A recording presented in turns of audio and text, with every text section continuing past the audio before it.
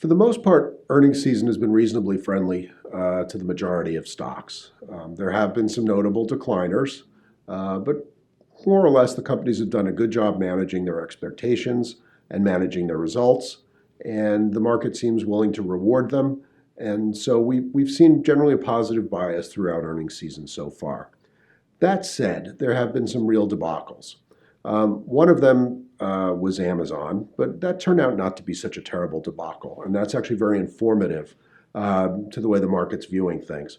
Because Amazon, they did not report a good number. The stock originally sold off in the post-market, 6, 7, 8%, but it had more or less clawed much of its way back once trading had resumed the next day. And at the end of the week, we saw that the government had awarded this major cloud computing contract, a $10 billion contract, to Microsoft. Microsoft got a good lift on that news, as well they should have, and they'd already been rewarded with a good earnings result. After the market liked its good earnings, yet Amazon was up on the news as well. So that's telling you the market's in a pretty friendly mood right now. If even Amazon, having not won the contract, was able to manage a gain after selling off a bit on earnings, that tells you a lot about the psychology of the market. But I'm thinking more of some outliers that really got clobbered.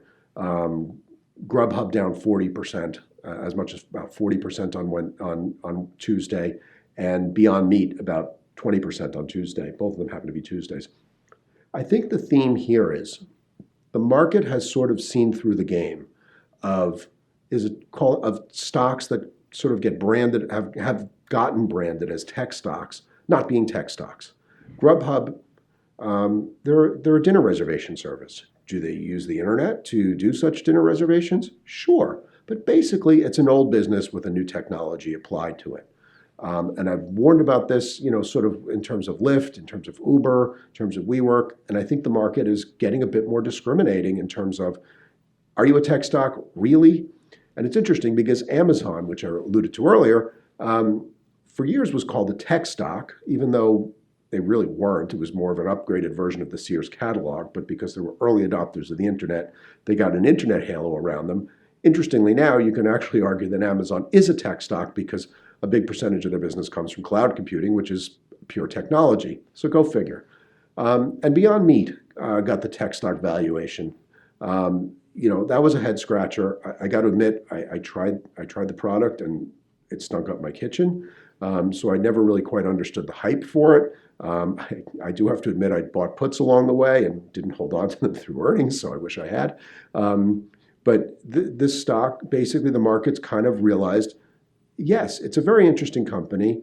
Yes, it's had some prominent techie type of backers, but they make veggie burgers. And I'm not going to argue that there isn't a lot of food technology involved in the process of making a Beyond Meat burger. I do think the texture is remarkably close to meat-like. But the bottom line is there are plenty of other companies that make veggie burgers. They make, Impossible Burger is not out yet as a public company. They have competition. What they do is interesting, but ultimately it's not a world-changing technology. So I'm going to say again, the companies that to me provide the greatest risk in the market right now are stocks where the market portrays them as tech companies, or you'll hear them referred to in financial media as, this tech company.